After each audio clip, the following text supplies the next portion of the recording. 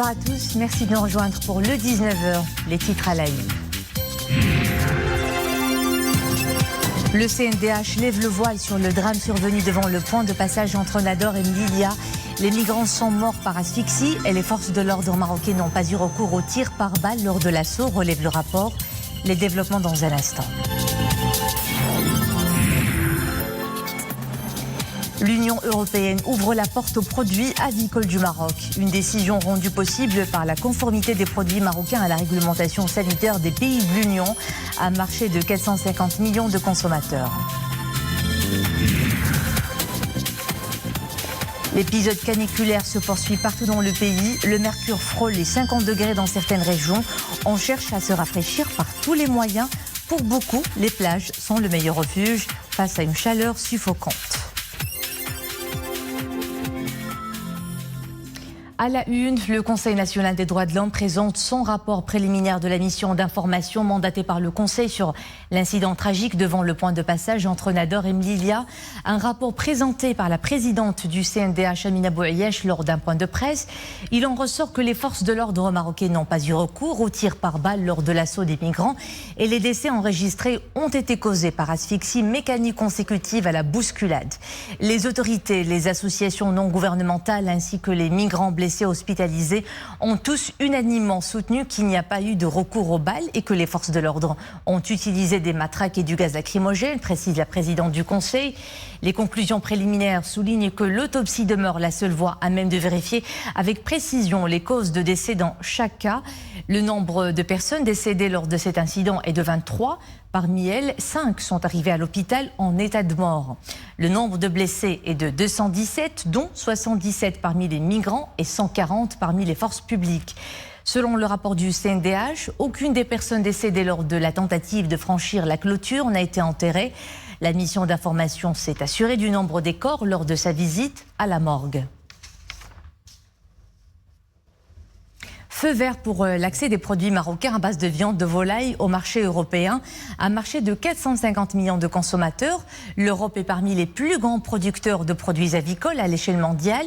Les mesures prises concernant ce partenariat prennent effet sans délai, concluant ainsi un long processus réglementaire pour assurer le respect des exigences sanitaires applicables dans les 27 pays de l'Union. Mohamed Aïtlijgar, Saïd Al-Idrissi, Ahmed Hamri. D'exécution a été publié au journal officiel de l'Union européenne. Il est entré en vigueur dès le début de ce mois. À travers ce règlement, la Commission européenne donne donc son feu vert pour l'accès des exportations marocaines de produits à base de viande de volaille au marché européen.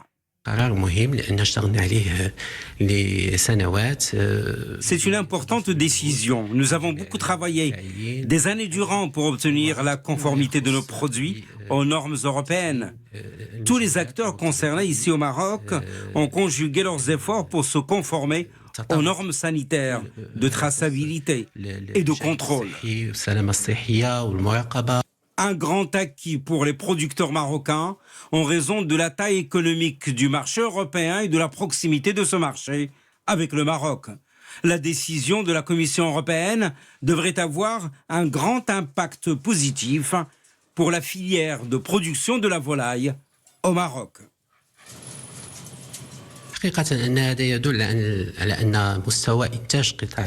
Ceci montre que la filière de la production des viandes de volaille a beaucoup évolué sur le plan national. Au plan encadrement, restructuration, mise en œuvre des programmes cadres mis en place dans le cadre du plan Maroc Vert depuis 2005, puis 2011, puis 2020 et aujourd'hui dans le cadre de Génération Green 2020-2030.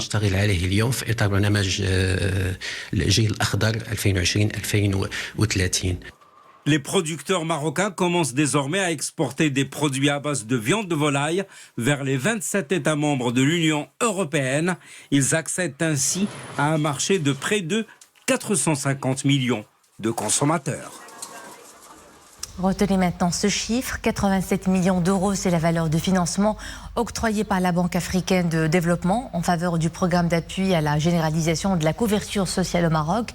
Cette opération a pour objectif de consolider les bases d'un programme de protection sociale viable selon une approche régionale de développement des politiques sociales plus intégrée et plus inclusive. Le programme contribuera à élargir la protection sociale, en particulier à la petite enfance, aux jeunes ainsi qu'aux travailleurs indépendants. Les indicateurs de la situation épidémiologique de ce mercredi, 5 décès et 2064 nouveaux cas ont été recensés ces dernières 24 heures. 40 cas sévéro-critiques ont été enregistrés également. Pour ce qui est de la vaccination, les primo-vaccinés se chiffrent à 24 863 250 personnes. Les personnes qui ont reçu 2 doses sont de plus de 23 350 000.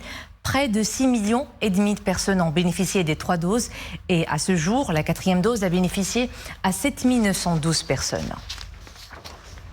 Et dans un contexte mondial d'épidémie, la vaccination anti-Covid a fait ses preuves. Selon une étude réalisée par le magazine scientifique de l'Incet, la vaccination a permis de réduire la mortalité de 63%. Près de 14 millions de décès ont été évités sur un potentiel de 31 millions au cours de l'année suivant l'introduction du vaccin, c'est-à-dire entre décembre 2020 et décembre 2021. Les auteurs de l'étude se sont basés sur les données provenant de 158 pays et territoires. L'écart entre la ligne rouge et la ligne noire indique les décès évités grâce à la vaccination.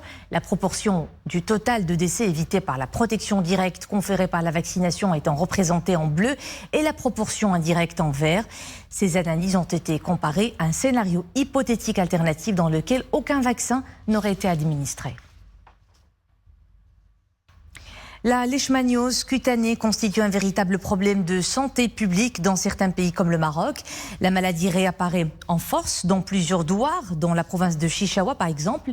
La pathologie touche particulièrement les enfants et elle est causée par des piqûres d'insectes. Soumaïa Belayeshi, Mohamed Mskour et Nisr El-Hamdaoui. Dans ce village de la province de Chichaoua, une maladie est sur toutes les lèvres. La leishmaniose cutanée, due à des parasites. La population locale, jeunes et moins jeunes, est fortement touchée par cette pathologie. On parle même de l'existence d'un véritable foyer rebelle. Derrière cette redoutable maladie, un phlébotome, des moucherons piqueurs proches des moustiques. Les moustiques piquent nos enfants et engendrent cette maladie. Le problème, c'est que l'hôpital est loin de notre foyer. Nous nous voyons obligés de parcourir 6 kilomètres pour pouvoir accéder aux soins pour nos enfants. Mon fils a été touché par cette maladie. Cela fait plus de 3 mois que je l'emmène à l'hôpital pour les soins. Ce sont les moustiques qui nous rendent la vie dure. Nos enfants sont souvent piqués par cet insecte pendant la nuit. Même nos bêtes ne sont pas épargnées par cet insecte. Qu'est-ce qu'on fait là?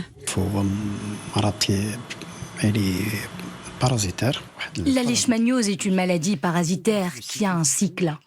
Elle a un réservoir. C'est une moustique qui le transmet à l'homme.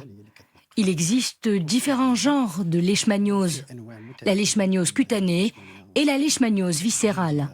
Mais celle qui domine dans la province, c'est la leishmaniose cutanée, qui se manifeste par des lésions cutanées. En cause principalement l'insalubrité de l'espace de vie des habitants de ce village. Les acteurs de la société civile lancent un appel pressant pour freiner l'épidémie. Nous appelons les autorités compétentes à œuvrer à gérer le problème d'assainissement et à asperger cette zone d'insecticides. Nous avons également besoin de vaccins contre la leishmaniose et d'une infirmière qui viendrait ne serait-ce qu'une fois par semaine dans ce village pour le suivi des malades.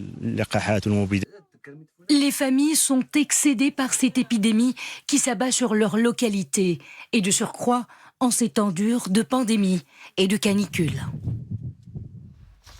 À mot sport, la sélection marocaine de handball a dominé le Cameroun par 35-28 points au match qui s'est tenu hier au Caire dans le cadre du groupe A du championnat d'Afrique des nations de handball organisé en Égypte. Avec cette victoire, le Maroc s'est qualifié pour les quarts de finale de cette compétition africaine aux côtés de l'Égypte dans un groupe qui ne comprend que 3 équipes. Sa passion, c'est la cuisine et elle y excelle au point de remporter le prix Chef Pionnière décerné par le prestigieux magazine espagnol Elle. Un titre fièrement remporté par la Marocaine Najet Kenach qui présente une émission dédiée à la cuisine marocaine sur Canal Cocina. Cette distinction a été remise à notre cordon bleu lors du gala El Gourmet Awards 2022 tenu en début de semaine. Acclamé par la critique, qui lui reconnaît une parfaite maîtrise du concept de fusion entre la gastronomie marocaine et espagnole. Le mercure s'affole au Maroc. Une vague de chaleur exceptionnellement intense se poursuit partout dans le pays depuis la semaine dernière avec des températures qui dépassent dans certaines régions les 48 degrés. C'est notamment le cas dans les provinces du sud, du centre d'El Haouz, du sud-est et du Souss. Le bulletin d'alerte météo de niveau rouge se poursuit jusqu'à demain jeudi. Pensez à vous hydrater, ne vous exposez pas au soleil aux heures les plus chaudes de la journée, de 10h à 16h, pour éviter les malaises dus à l'insolation. Et par le temps qu'il fait, quoi de mieux qu'une bonne baignade. Nos côtes sont très prisées en cette saison de forte chaleur. Nous le verrons en image sur la plage Indiab à Casablanca. Un vrai petit paradis pour les enfants. Dominique Orlando, Abdelrahim Menziane et Azizan Gmar. Il était à peu près 12h30 ce mercredi et comme attendu, la plage est pleine mais pas nécessairement bondée. Chacun y peut instaurer son petit coin tranquille. La plupart du temps en famille, les enfants semblent les plus démonstratifs pour signifier leur bien-être au contact de l'océan.